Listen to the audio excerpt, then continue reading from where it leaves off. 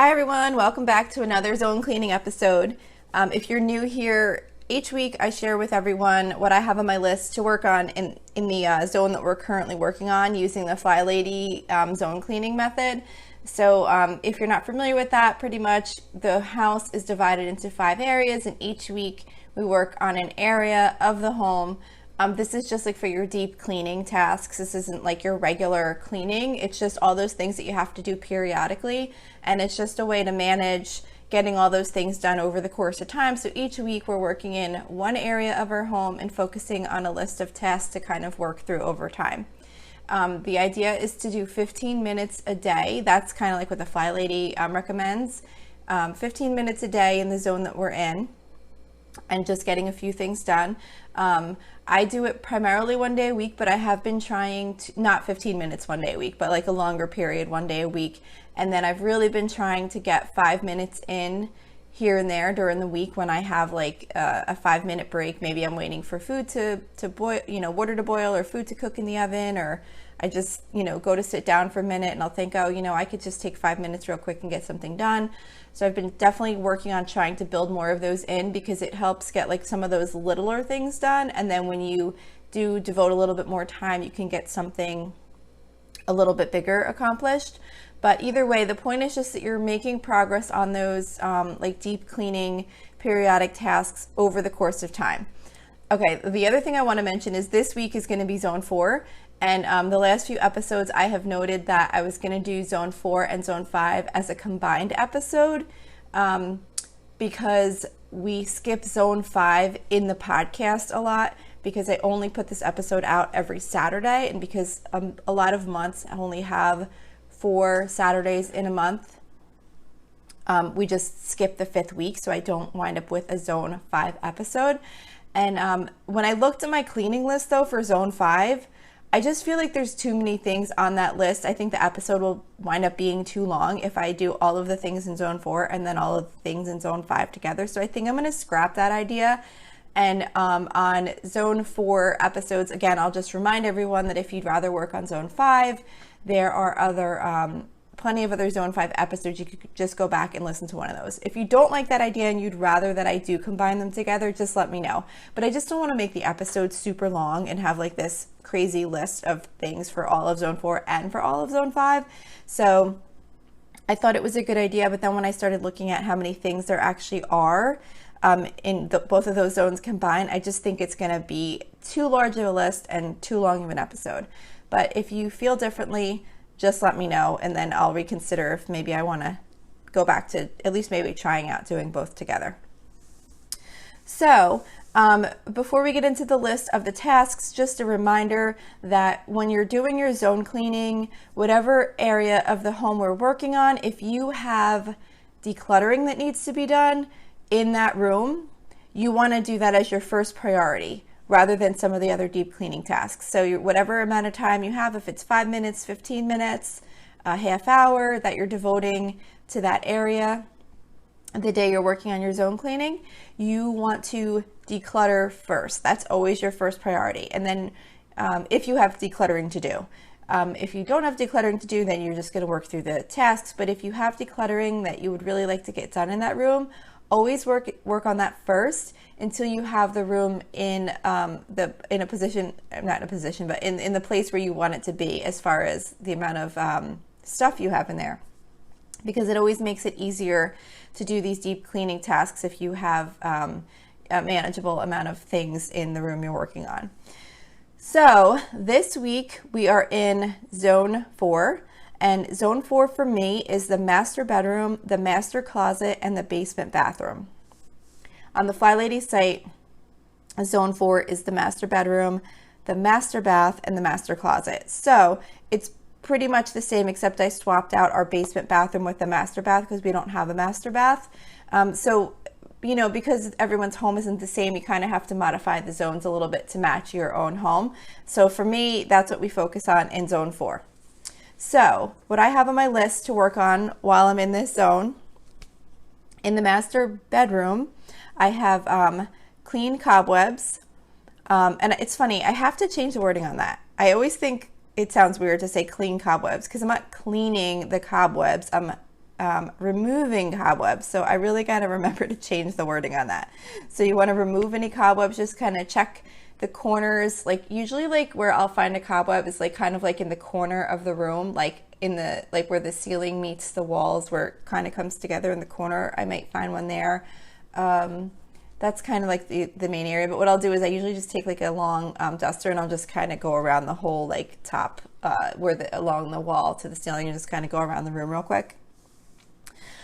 Clean baseboards. I was working on this the other day, and I feel like I don't like doing that one because I can't like thoroughly do it, because you can't do, well, I mean, I guess I could if I pulled out the furniture, but I normally am doing it as kind of like a quick chore. And there's so much baseboard that goes like back behind dressers and behind the bed, and there's only like these little tiny sections in my bedroom where I can actually even see the baseboard. So I always when I get to that one, I'm always like, oh, like it just doesn't feel complete because I'm just wiping like these tiny little sections that are visible. So I guess ideally you would want to pull out the furniture and actually wipe down all of the baseboards. I might have to actually do that one day. But anyway, so the next thing I have is to clean the windows. That would be cleaning the glass and wiping out the windowsills too. Wash any throw pillows you might have.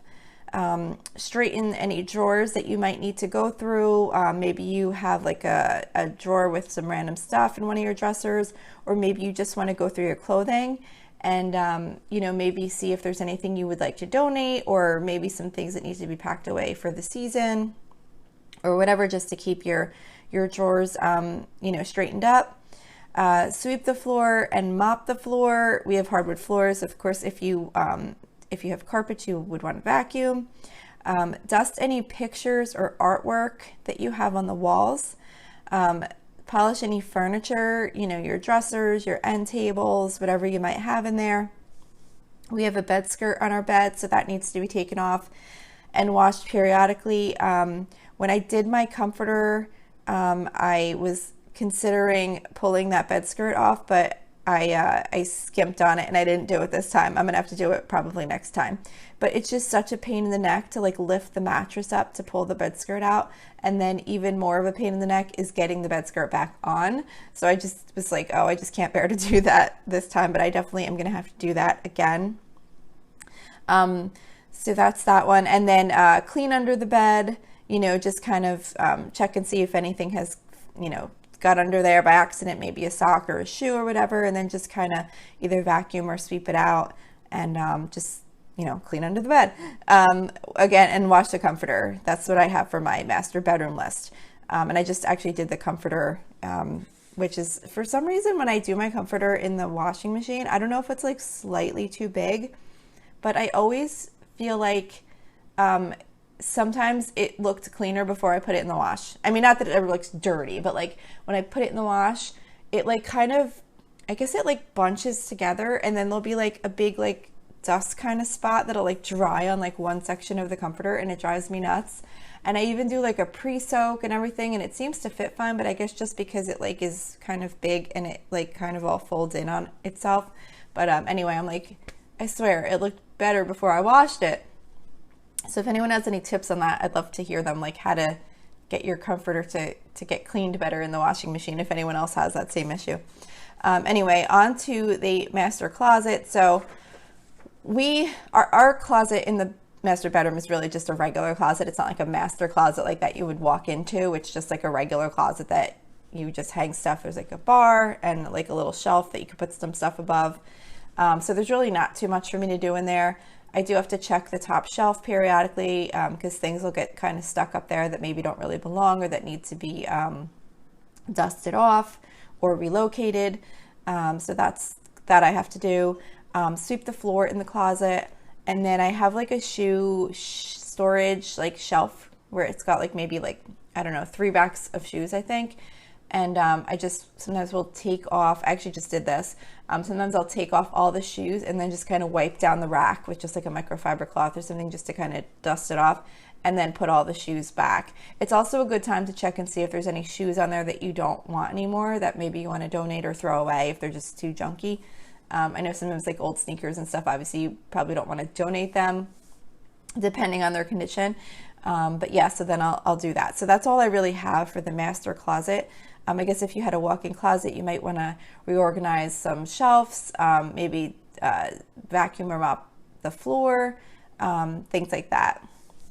So then the last area of this zone is the, like I said, for me, it's the basement bathroom, or potentially your master bathroom. So again, I have clean the baseboards. That I do actually do in the bathrooms probably more frequently, just because it's so easy, and I usually clean the floors by hand because my bathrooms are relatively small. So I just take like a wet microfiber cloth, and that's how I mop the floors in there. So usually a lot of times when I'm doing that, I'll just kind of hit the baseboards while I'm mopping the floor. So that one I do pretty regularly. I also have wash area rug, or just shake it out. I have clean fan. It's one of the, like the bathroom fans where it has like the little vents. And I use my, what is it? Not Dyson. Yeah, Dyson? Is it Dyson? I think it's Dyson. I don't know why I'm like drawing a blank, but yeah, the little handheld vacuum, and it has like the little attachment, like a brush attachment. And I just stick that up there and suck all the dust out. It works really well doing it that way. Dust any pictures or artwork. Clean the inside of the toilet bowl cleaner caddy. I have one of those little caddies where you clean, that you put like your toilet bowl brush in it. And that just needs to be like wiped down on the outside and kind of cleaned on the inside as best as you can. Depending on, like mine is kind of awkward to clean inside. That's why I say the best that you can. So I just kind of wipe it out, in the areas that I can reach. Clean and organize your medicine cabinet if you have one in your bathroom. Just kind of going through the medicine, seeing if anything needs to be thrown out, or maybe just reorganizing. I usually like to kind of keep like items together, like pain medication together, maybe like skin, like, if you have like poison ivy type stuff or whatever, that type of stuff together. Just kind of reorganize it, and yeah, that's it. Just kind of check the stuff and reorganize what's in there. Maybe wipe it out. Sometimes I'll take everything out and just kind of wipe it down really quick. Clean or organize any drawers or the area under your sink. If you have like, cabinets under your sink, or like drawers where you put different things, I'll just kind of go through there and see if anything needs to be reorganized or thrown out or put back in a different spot where it should be. And sometimes I'll just take everything out and just kind of wipe it down and then put everything back. Also dust the light fixtures, clean the garbage can. I'll just take the garbage bag out of it, spray it down, just wipe it down really good. Dust the toilet paper and towel holders. So just a little thing that kind of connects to your wall where you hang your towel on or put the toilet paper roll on. I'll just take like a microfiber cloth and just kind of wipe that down really quick. And then again, I usually say this at the beginning of each zone, but I didn't. Dust any cobwebs. So that's all I have for zone 4. Just a reminder, you're just trying to get some of these things done, not all of these things done. This is the master list that I have for everything in this zone. But what you want to do is just pick a few things and get those done this time. And then the next time we're in the zone, you could pick a few more things and get those done. You're just working through the zone over the course of time so that you're hitting these little deep cleaning tasks over the course of time. You're not trying to get all of this done in one shot. You just want to kind of always be working on some of these things so that you don't have to do these like massive like spring cleaning overhauls of your home. And like I did last time, I am adding to this episode each week the Fly Lady habit of the month, I think is what she calls it. And since this is the last week in April that I'll be putting out an episode, we're still on the same one as last time. So next week we'll get a new habit. So the habit for April was to make your bed. I've been trying to do this more frequently. The reason I don't always do it is because me and my husband are on different sleeping schedules. So when I get up, he's still in bed. But I've been trying to remember to make it a habit to go back in later and to make the bed, because it really does make it nice. Like when you walk in your bedroom during the day, just to have like that nice made bed. And it only takes like no time, like a couple seconds to just, even if you don't do it perfectly, just kind of throwing up the the sheets in the comforter and just folding it a little bit and placing the pillows in like a nice position. It literally takes no time. And it's nice too, especially if you're doing laundry, to just kind of have it nice, and then it's kind of peaceful to just kind of be in there and fold laundry, make your little piles. And so anyway, so next week rather, I'll be sharing next month's habit of the month. So I'll keep doing that. If you'd like it or you don't like it, let me know. I thought it was kind of neat to just add one more little tip in there. So that's it for this week. If you have anything you would like to reach out to me for, you can reach me at facebook.com/LolaSFrugalLife. You can post on the page. You can send me a message there through Facebook Messenger. You can also email me at lolasfrugallife@gmail.com. We also have a private listeners group where we talk a lot about mostly things that are on the topic episodes, like the Monday episodes, but really anything. I'd love to have you join if you're interested. You can find that group at facebook.com/groups/LolaSFrugalLife. Submit a request and I will admit you to the group as soon as I see it. I usually check it every single day. So that would be really great if you'd like to join. Also, don't forget to subscribe to this podcast if you enjoy it. And if you would be kind to leave me a rating and review, that would be really, really appreciated. Thank you so much to those of you who have already done that. It's supposed to be really helpful in having this show come up in search results for other people to find it. So that's super helpful to me. I think that's it. So that's it for today. Thank you so much for listening, and I hope you have a really awesome day.